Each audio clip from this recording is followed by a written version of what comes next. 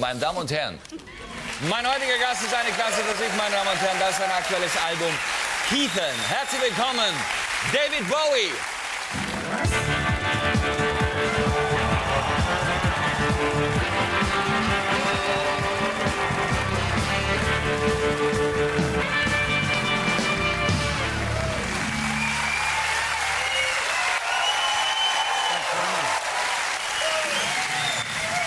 Thank you. Wow, that's great. We could have sold thousands of tickets for tonight. Yeah.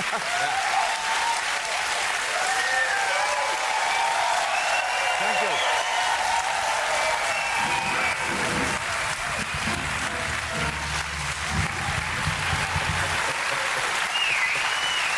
Thank you. So you see, what's the right place to choose Cologne to I do could your only actually concert? go around and sell the album right now, couldn't I? Yes, but it's very successful already commercially. Unbelievable. It started place 4 in our charts. It's been like this throughout Europe, and it went in at like 14 in America. It's fantastic. Yes. So, you know, people love you. They almost go crazy. Cologne is the only place where you're playing your concert tomorrow. The concert it was sold out in 45 seconds. Did you know that? I think that's extraordinary. Yeah. Absolutely extraordinary. Have you been to Cologne before? Well, mind you, there's only 15 people in the audience, so 45 seconds. Long ago. Thank God you speak English.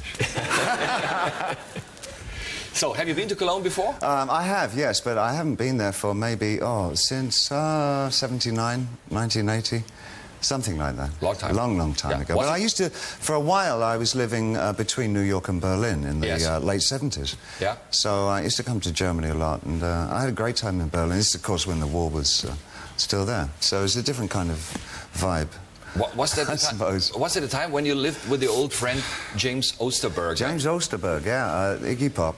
There were about 3 or 4 of us. There was Jimmy and his girlfriend, and there was myself and one other.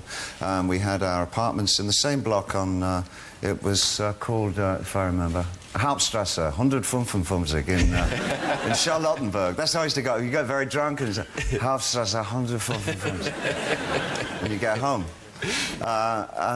We had a great time, and I remember none of us had any money then because either we'd been ripped off or, you know, dealings had gone wrong, and we were all pretty broke.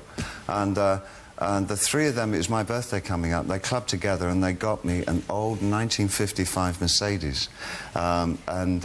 It was rusted completely, so we got in it, and our feet just went through the floor. We went around Berlin in that, and I remember we dropped Iggy off at a club one night. It was, I think, one of the anniversaries of the wall being put up, you know. And he went to a punk club, and he came back later and he said, it was amazing. They'd made a birthday cake in the shape of the wall, which went all the way around the room. And at 12 o'clock at night, they jumped on it and ate it. For real. Yes. It was, they made this, the entire wall, and then ate it. And he said it was singularly the most moving moment in Berlin that he had spent, because there was something really quite ideological about it, you know? Yes. And of course, later on, it really... It was especially for him, for his birthday. No. It was the celebration of the wall, yeah. of the anniversary of the wall going up, you know? And it was, he said it was the strangest thing. And of course, that's virtually what they did. And they didn't eat it, of course. Well, I know one person who tried eating it, but he was stoned. But he was... So now you came back to Europe on the QE2, yes? Well, not here, because there's no river. But, but if I could have, I would have. But you travel on the QE2, yes, yeah? But the other direction, from Southampton to New York, and you came from New York to Southampton. That's right, yeah. They're 2 different captains. Yes. One only knows how to get to Southampton. I think that's true. What was the average age on the QE2 this time? 114. Yes. Something like that. Mainly widows. Really? No, it's changed a lot. Because I first went 30 years ago. Yeah. And in those days, it really was older people, older generation, all that. This time around, I noticed there was a lot more families with children, you know, because these days they have, like, things like playrooms on board. There were 5 restaurants, 3 cinemas, casinos, public library, and television studio. What did you do on board the whole day? I read and watched DVDs. Did you walk around? No, I swam alongside for exercise. You know, I used to keep up because I'm very fit these days. You know. Yes, absolutely. Because I swim against the QE2. That's how you do it. But no, most of the time I took I took DVDs of all the films I can't watch at home because they're all like subtitled European avant-garde classics and they last 19 hours and have subtitles and nobody else in my house wants to watch them. So as I was travelling alone, I just watched them on my computer, you know, I listened to music and I made notes and I watched the sea. And I watched the sea. Yeah.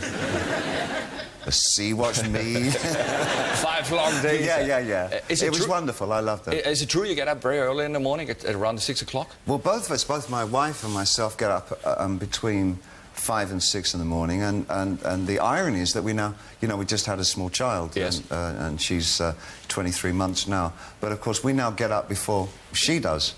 So we go and wake her up. You have to be Which quiet. Is like, it's the parents' revenge, you know? Yeah. So when did your wife take Wake up!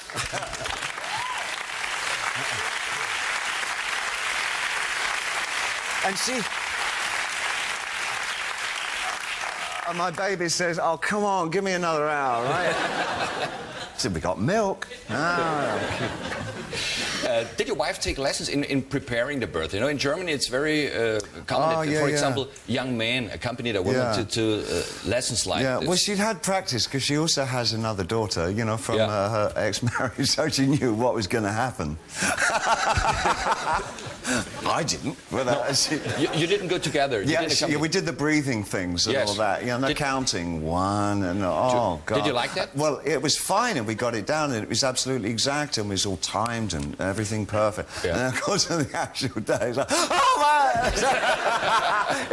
Everything goes, you know, and it was just exciting. We raced there in the car and all that, and then I got to cut, you know. That was fun. I like doing that. But everything went fine. Yeah, beautiful, wonderful. It was an easy birth. Yeah, it was good. So when you sit in your office or in your room in the morning and you start composing immediately. I do, there's virtually... A cup of tea? A cup of tea? Yeah, do I compose immediately? No. I just sit there and I get on the telephone to Europe because I live in New York, you know, and so I make telephone calls to Europe all morning. So what's happening? Did you see the Harald Schmidt show last night? Right, yeah. Really? Yeah. Whoa, that's amazing. So I hear all the gossip, you know. Yes. But I mean, you wrote this record, the songs for this record, in Woodstock, which we know from the festival. So very strange. It's a very quiet area. Yeah, it's a very hippie. It still is. I mean, it's all kind of flower writing on all the shops, and everybody has long hair and wears beads and all that, you know. And I didn't think I was going to like it at all, but. I didn't realise the actual studio was at the top of an extremely high mountain. We were completely isolated from the rest of the area, and I love that because I love isolation. I'm very kind of masochistic like that. I love being cut off from everything, and for a writer it just worked really well. And I think I just sat down to write, and I had been doing for many months, putting together songs that I felt were very strong, and attempted to do no more than express how I felt at my age and with the new family and my feelings to the universe and our place on this world and all that. The little questions. So now you're going on a little tour now in Europe? Yeah, it's just a promotion tour. I don't want to be away from my family too long. I miss my baby very much indeed, and I want to go home. Your wife stayed in America? Yes. Yeah. Well, and at the moment, coincidentally, she's over in England with the whole family, but she's going back in a few days. Yeah. And then I'll go back at the end of this month, and then we'll catch up, I guess.